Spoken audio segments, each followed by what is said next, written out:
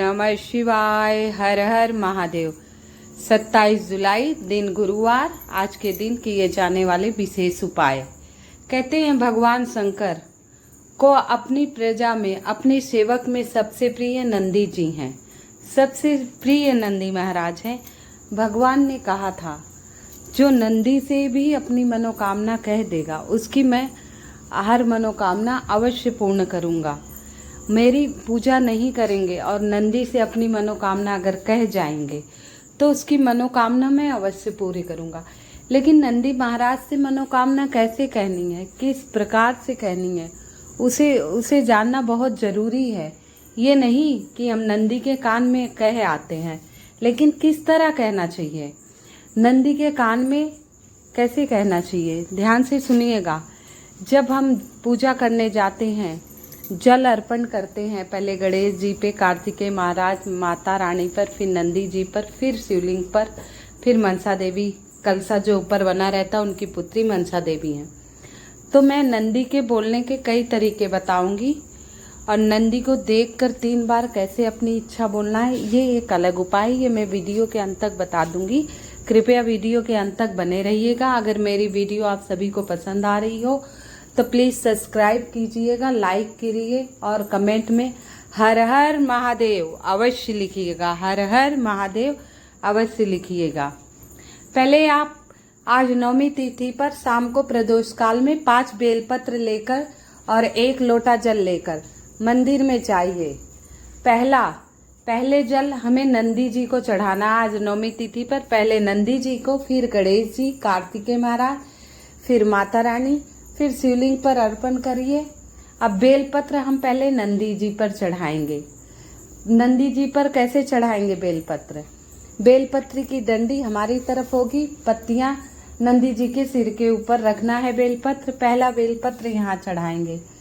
दूसरा बेलपत्र हम जलाधारी, जहाँ से जल डालते हैं और भगवान का जलाधारी है, वहाँ दूसरा बेलपत्र रखेंगे।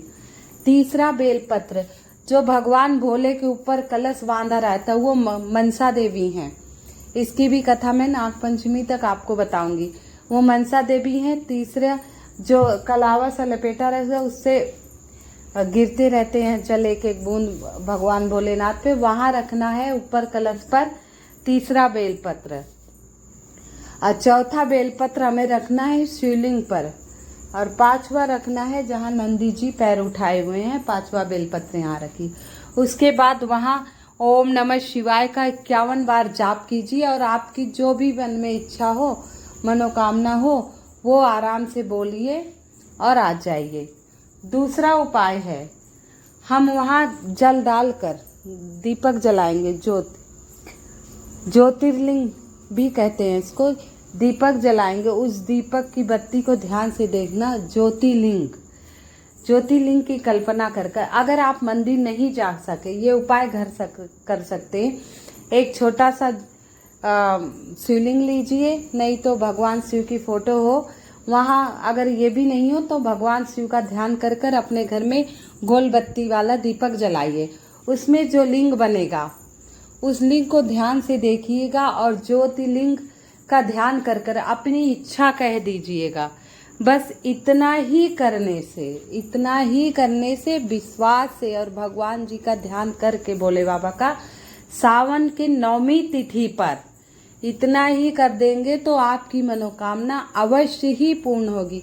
और मनोकामना ऐसी होनी चाहिए कि जिसमें दूसरों का बुरा नहीं होना चाहिए। आप अपना भला सोचिए लेकिन दूसरों का बुरा मत सोचिए कि उनका बुरा हो जाए। नहीं, आप अपने लिए उपाय कीजिए, अपने लिए मनोकामना कहिए। दूसरे का बुरा सोचकर कभी मत करना, नहीं तो वो मनोकामना आपकी बिल्कुल भी पूर्ण नहीं होगी।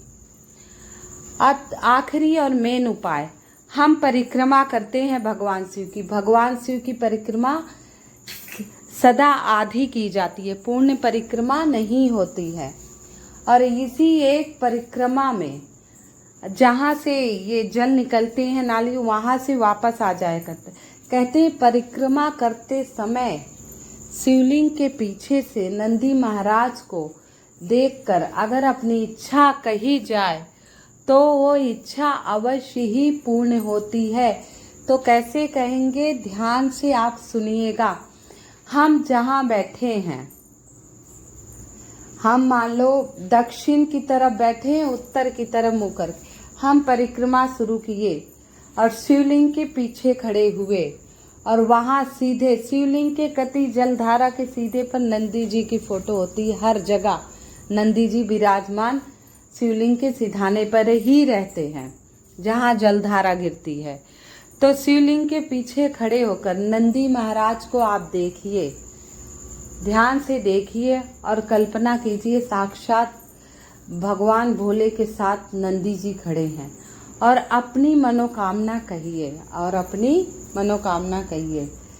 फिर वहीं खड़े होकर फिर दोबारा घूम के उसी से मुड़ जाइए, दोबारा वहीं खड़े होकर मुड़ जाइए और फिर नंदी जी को जैसे दक्षिण दिशा के मुंह तरफ देखकर आप नंदी जी के फिर घूम कर फिर नंदी जी को आप देखकर अपनी इच्छा कहिए। ये आपने अपनी इच्छा कितनी बार कही? 2 बार। हमें 3 बार कहना है और एक ही परिक्रमा में हमें 3 बार अपनी इच्छा कहना है। तो हम पहली बार नंदी महाराज को देखकर परिक्रमा किए और वहीं खड़े होकर नंदी महाराज को देखते हुए अपनी इच्छा जाहिर की। फिर वही उसी जगह शिवलिंग के पीछे ही खड़े होकर हम फिर एक वहीं घूम जाएंगे, कहीं और नहीं जाएंगे परिक्रमा, वहीं शिवलिंग के खड़े खड़े ही फिर से मुड़कर उसी एक जगह से दोबारा हम नंदी जी को देखेंगे और अपनी इच्छा कहेंगे। उसके बाद फिर वहीं से मुड़कर एक बार फिर घूमेंगे उसी स्थान पर खड़े खड़े और फिर नंदी जी का ध्यान कर कर तीसरी बार अपनी इच्छा कहिए। ऐसा करके को चले आइए, 1 हफ्ते में आपकी मनोकामना अवश्य ही पूर्ण होगी। अगर आपको मेरी वीडियो पसंद आई हो तो कृपया कमेंट में हर हर महादेव लिखिएगा।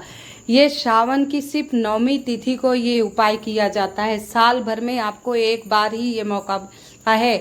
तो शिवलिंग के पीछे ही खड़े होकर 3 बार मुड़कर तीनों बार अपने मन की इच्छा कहिए और आपकी इच्छा अवश्य ही पूर्ण होगी। ये सिर्फ 9वीं तिथि को ही किया जाता है। हर हर महादेव।